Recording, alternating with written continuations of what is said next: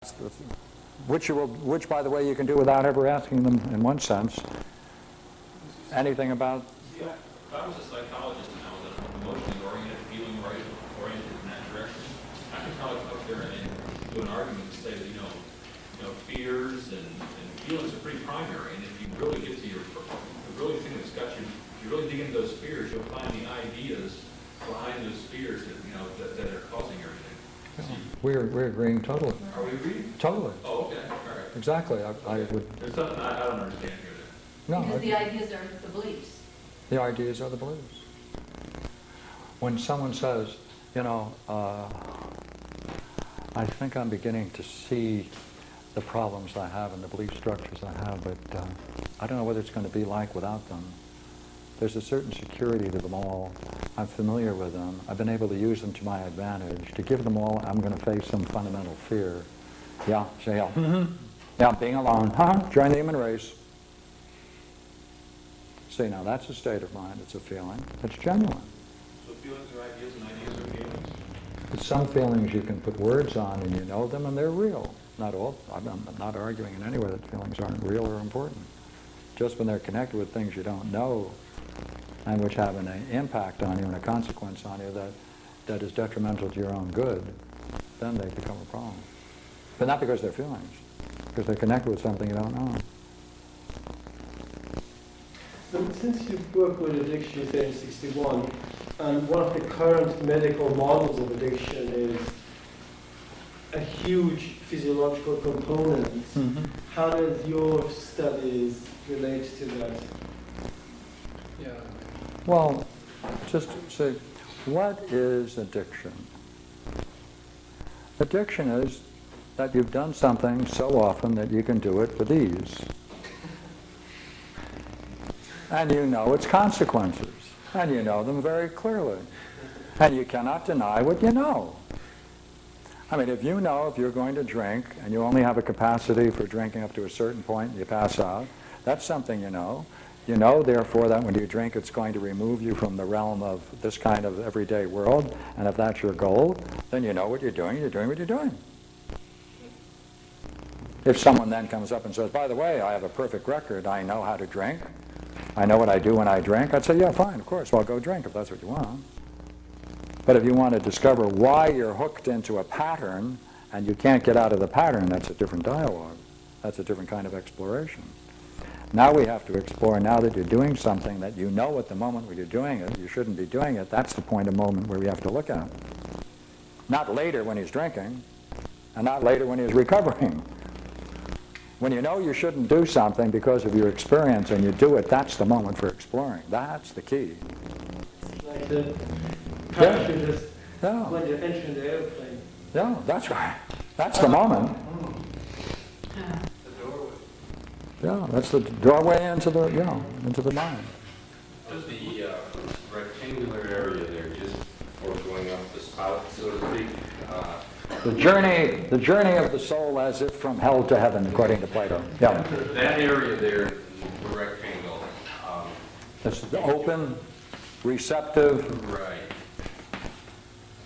You mentioned that a person sometimes will forsake that to go back to what's known, and that there's a certain kind of fear of going on into the unknown. Yes.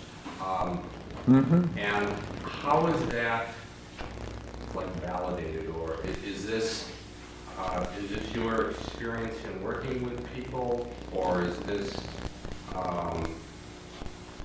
Okay. The two parts to your question.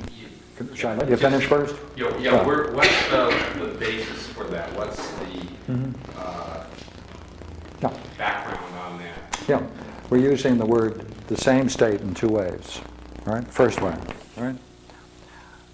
No one introduces this kind of belief unless someone can see the person is open and receptive to it.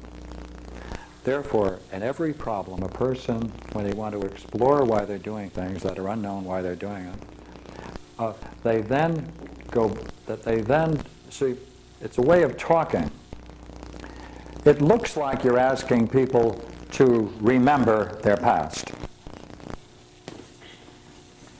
it looks like you're saying, say, when did you experience that early? And you trace it back to such early events. That's not really true. That's just a way of talking. The reason why it's only a way of talking is that people don't tell you about the past.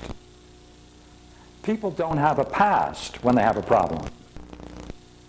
They don't have a past. What they have are all of those beliefs. And the more they begin to see that they came to believe something which is not true, then they can recover their true past.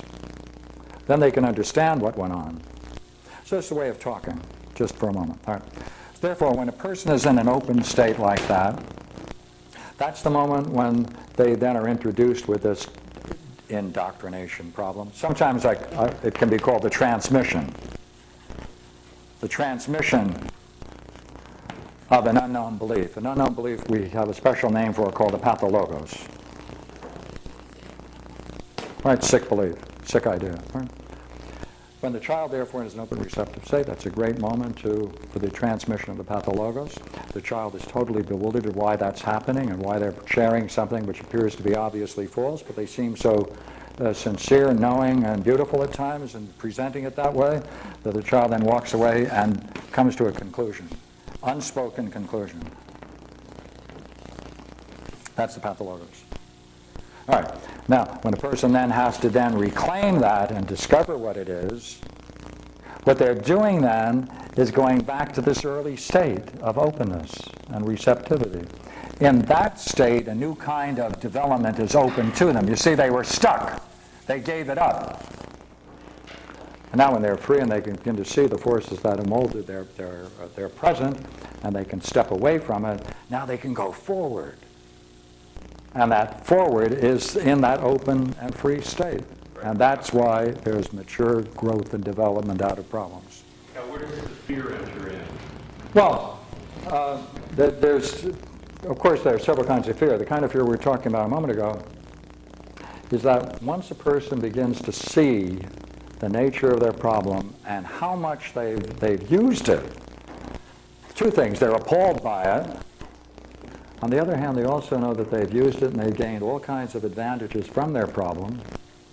It allowed them to appear this way and that, and they found other people relate to it, and therefore their secondary benefits and gains are through problems.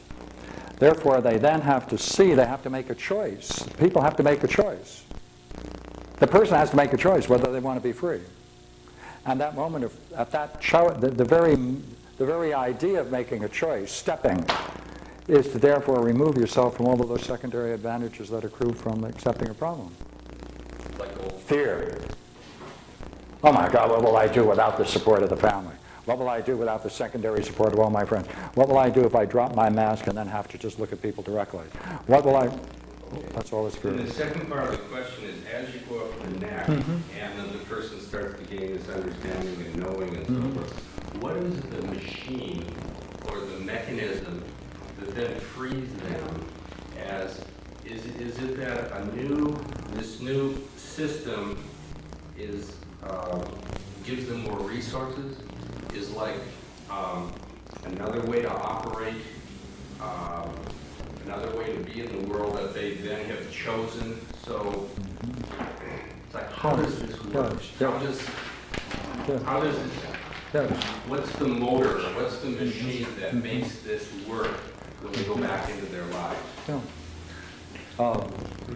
What I believe it is, from my work, it is that the person has to be brought to see that it was their decision in these early days. They made the decision. They are responsible for maintaining that belief. Therefore, they are free to choose it,